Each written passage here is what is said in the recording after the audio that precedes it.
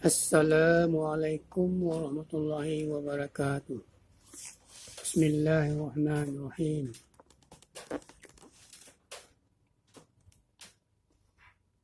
Banyak hadis yang menegaskan dan menerangkan tentang keutamaan sholat.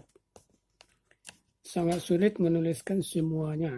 Untuk keberkahan saya akan menuliskan terjemahan beberapa hadis di bawah ini. Saya akan membacakan ringkasan 40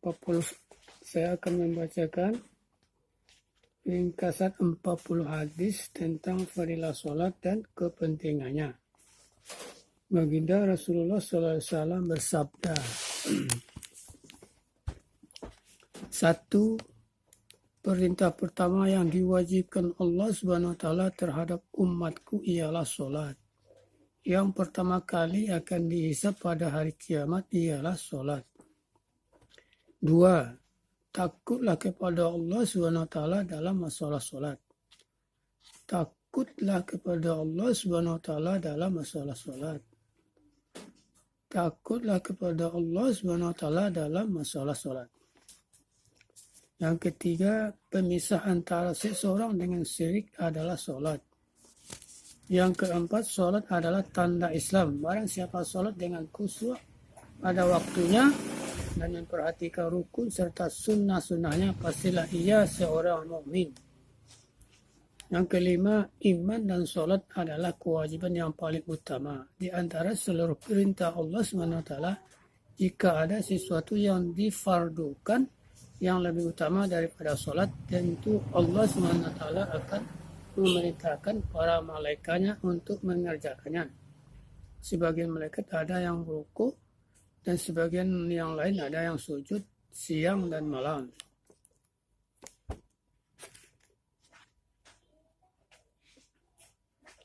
Yang keenam, sholat adalah tiang agama. Yang ketujuh, sholat menghitamkan muka setan, menghinakannya. Yang kedelapan, sholat adalah cahaya bagi orang-orang yang beriman. 9. Yang ke-9, sholat adalah jihad yang paling utama. Yang ke-10, selama seseorang tawajuh perhatian penuh dalam sholatnya, Allah SWT akan tawajuh kepadanya dengan rahmatnya. Jika ia berpaling dari sholatnya, maka Allah SWT akan berpaling darinya juga. Yang ke-11, jika suatu musibah turun dari langit, maka musibah itu akan dijauhkan dari orang yang memakmurkan masjid.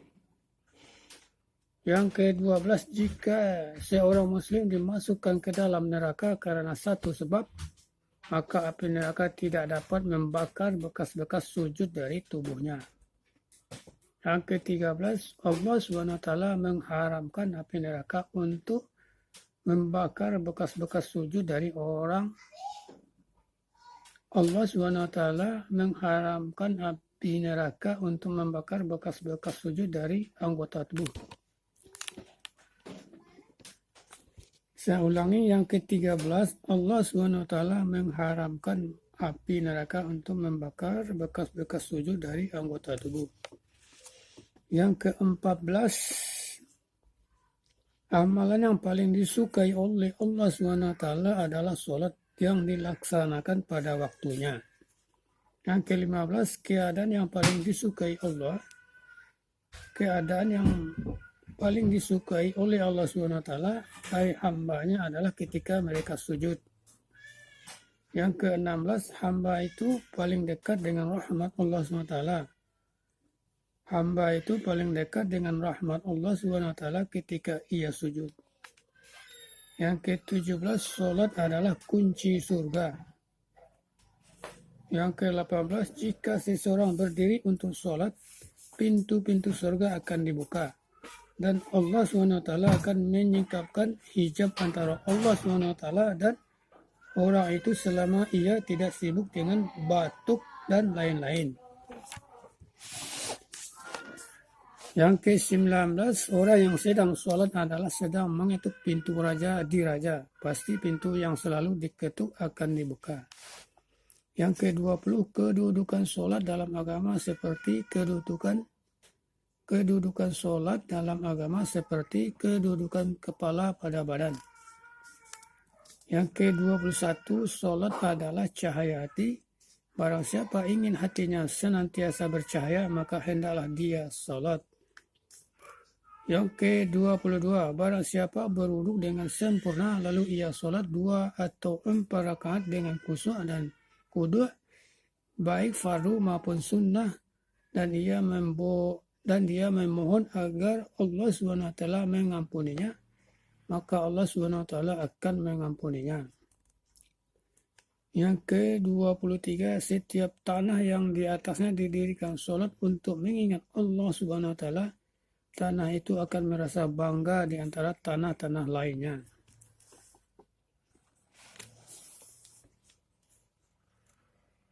Yang ke-24, barang siapa sholat 2 rakaat lalu berdoa kepada Allah SWT, maka Allah SWT pasti akan mengabulkan doanya, langsung atau tidak langsung sesuai dengan kemaslahatan, sesuai dengan kehendak Allah SWT. Yang ke-25, barang siapa sholat 2 rakaat sunnah di tempat yang sunyi tanpa seorang pun yang melihatnya kecuali Allah SWT dan para malaikatnya, maka ia mendapat jaminan kebebasan dari api jahanam. Yang ke-26, jika seorang muslim mendirikan sholat fardu, maka ada satu doanya yang akan diterima oleh Allah SWT. Yang ke-27, barang siapa sholat 5 waktu dengan khusyuk, ruku', sujud, wudhu, dan sebagainya dengan sempurna, maka wajib baginya surga dan haram baginya neraka. Yang ke-28, seorang muslim yang selalu menjaga sholat 5 waktu, setan akan takut kepadanya. Tetapi jika ia tidak mempedulikan sholat 5 waktunya, maka setan akan berani kepadanya dan akan menyesatkannya. Yang ke-29, amal yang paling utama adalah sholat yang dikerjakan pada awal waktu. Amal yang paling utama adalah sholat yang dikerjakan pada awal waktu. Yang ke-30, sholat adalah mi'rajnya para mutakin, orang-orang takwa. 31, amal yang paling dicintai oleh Allah SWT ialah sholat yang dikerjakan pada awal waktu. Yang ke-32, barang siapa pergi pagi hari ke masjid untuk sholat, berarti ia membawa bendera iman di tangannya. Barang siapa pergi ke pasar, berarti ia membawa bendera setan di tangannya.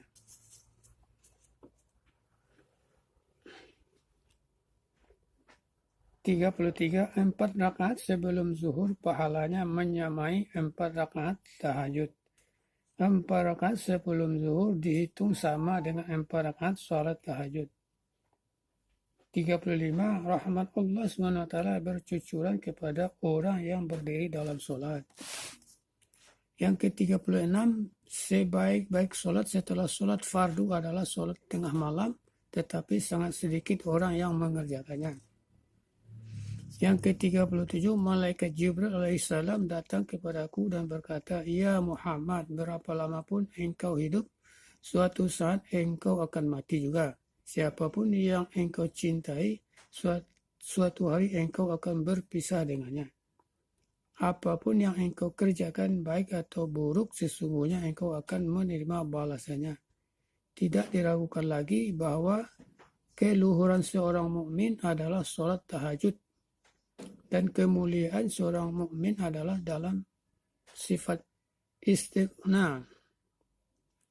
Dan kemuliaan seorang mukmin adalah dalam sifat istighna, tidak mengharap bantuan orang." Yang ke-38, 2 rakaat sholat di akhir malam lebih berharga daripada seluruh kekayaan di dunia ini. Jika tidak karena khawatir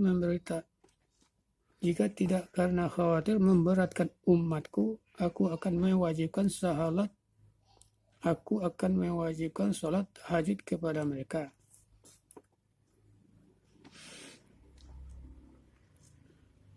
Saya ulangi nomor 38, 2 rakaat sholat di akhir malam lebih berharga daripada seluruh kekayaan di dunia ini. Jika tidak karena khawatir memberatkan umatku, aku akan mewajibkan sholat tahajud kepada mereka. Yang 39, jagalah sholat tahajud karena tahajud adalah amalan para solehin. Penyebab dekat kepada Allah SWT menghentikan perbuatan dosa, menyebabkan diampuninya kesalahan, dan menyehatkan badan.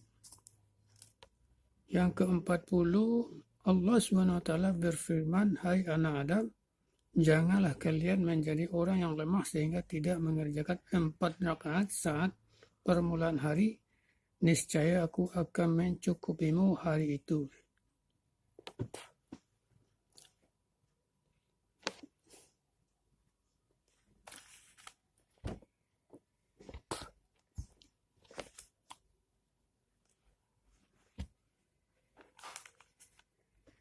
Banyak keutamaan sholat yang telah disebutkan dalam kitab-kitab hadis. 40 hadis di atas kiranya sudah mencukupi.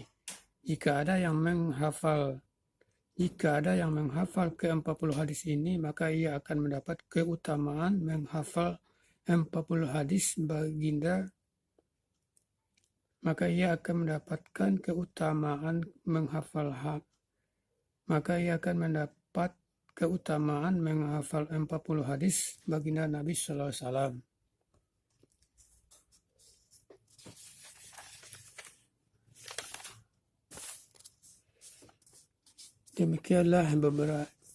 Demikianlah saya bacakan ringkasan 40 hadis tentang fadilah sholat dan kepentingannya.